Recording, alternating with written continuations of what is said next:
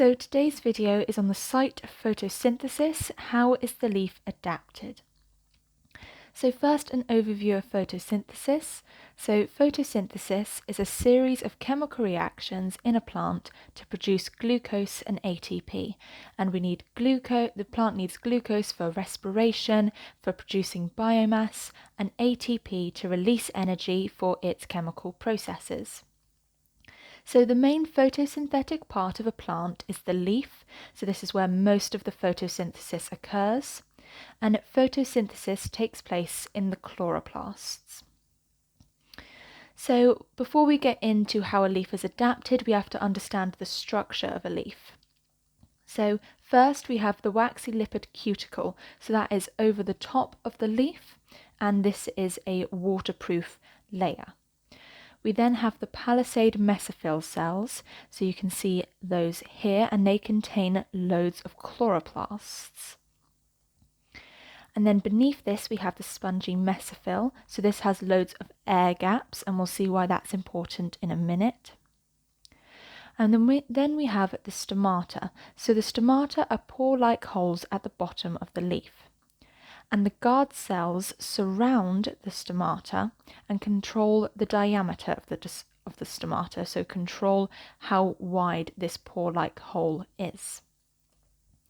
And then we have the xylem. So this is a vessel that transports water from the roots to the leaves, and this is contained in this vascular bundle that runs through the leaf. And we have the phloem, which transports sugars around the plant. So this is a two-way flow, unlike the xylem, which is a one-way flow from just roots to leaves. And the phloem can also be found in this vascular bundle. So that is the structure of a leaf. We have the waxy lipid cuticle, palisade mesophyll layer, the spongy mesophyll, the guard cells and stomata at the bottom, and the vascular bundle containing the xylem and the phloem.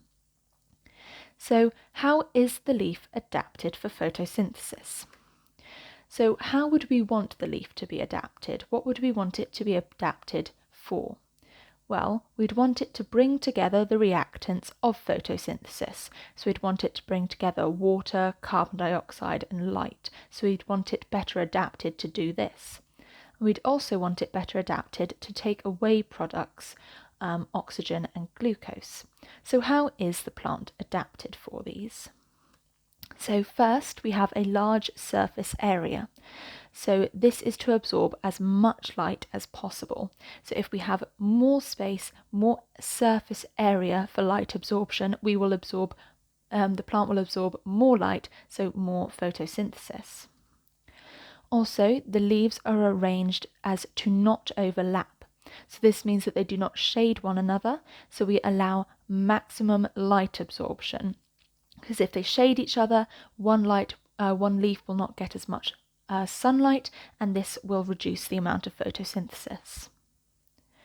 And the leaves are also thin, so light is absorbed quickly. It hits the waxy lipid cuticle and then is absorbed by the palisade mesophyll directly underneath, so it doesn't have to penetrate far through the leaf to get absorbed. And being thin also means that the diffusion distance for gases is short, so it's also rapid gas diffusion, which allows for a faster rate of photosynthesis.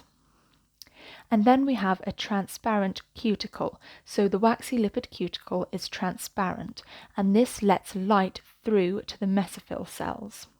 So while the plant retains the ability to reduce water loss via this waxy lipid cuticle, it does not hinder the absorption of light. And also there are the long, narrow upper mesophyll cells packed with chloroplasts. So this is our palisade mesophyll.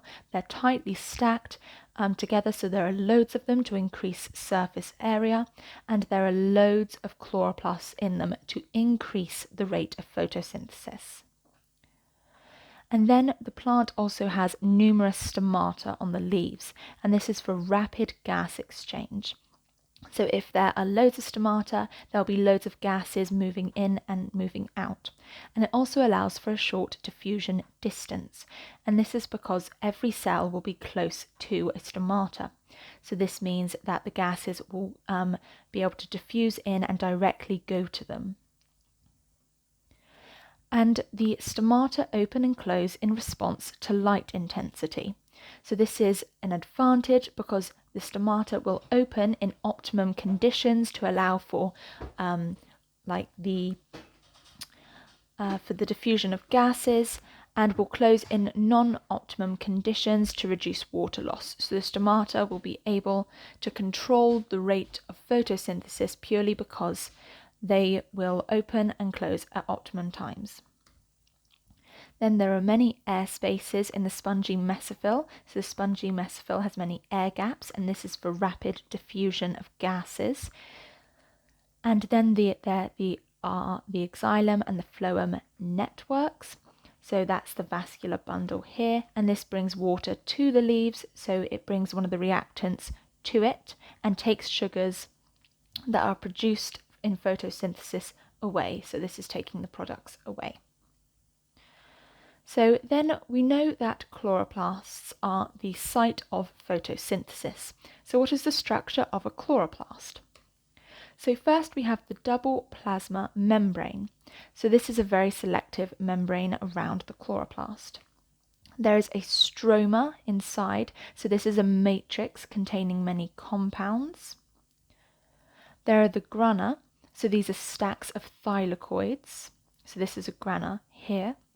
And thylakoids are disc-like structures, so each one of these discs is a thylakoid, and the inside of the thylakoid is called its lumen. So we have a stroma, which is this matrix, and this stroma surrounds grana, and grana are made of thylakoids.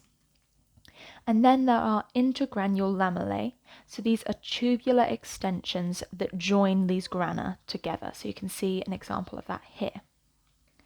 And then a chloroplast's DNA. So chloroplasts have their own DNA, and they also have their own 70S ribosomes. So 70S ribosomes are the same ribosomes that are found in bacteria and mitochondria.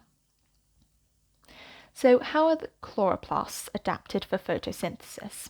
So the light-dependent reactions, so the first stage of photosynthesis, takes place on the thylakoid membrane. So how is the chloroplast adapted for the light-dependent reactions on the thylakoid membrane? Well, the thylakoid membrane contains the pigment chlorophyll. So chlorophyll is a light-absorbent pigment. So this helps the the thylakoid membrane to capture light for these light-dependent reactions. Then there is a network of proteins that holds the chlorophyll in a precise manner, and this is for maximum light absorption. So if the chlorophyll are held in a precise manner, they will absorb the most light. And the thylakoid membrane also contains many proteins and structures used in light-dependent reactions. So this means that they contain enzymes and electron carriers.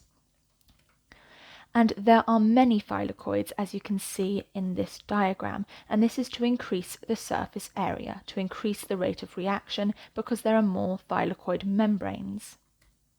And then there are DNA and ribosomes to allow quick synthesis of the proteins involved. So if it has its own DNA and its own ribosomes, it can quickly synthesize proteins involved in these reactions. And finally, how is the chloroplast adapted for the light-independent reactions? So light-independent reactions, the final step of photosynthesis, takes place in the stroma. So this is this matrix surrounding the grana. So firstly, the fluid contains all the enzymes required. So all of the enzymes required in the process of the light-independent reactions are contained in this stroma, in the matrix. And the stroma also surrounds the grana. So this means that the products from the light-dependent reactions that take place on the thylakoid membranes can readily diffuse into the stroma, ready for the light-independent reactions. So it's a quick turnover from light-dependent to light-independent. And also the DNA and ribosomes contained in the chloroplasts allow for quick synthesis of required proteins. So it is a rapid synthesis of proteins so that they can be quickly used in the light-independent reactions for a faster rate of photosynthesis. They don't have to wait for proteins to be synthesized outside of the chloroplasts and taken in. They can be readily synthesized inside of the chloroplast.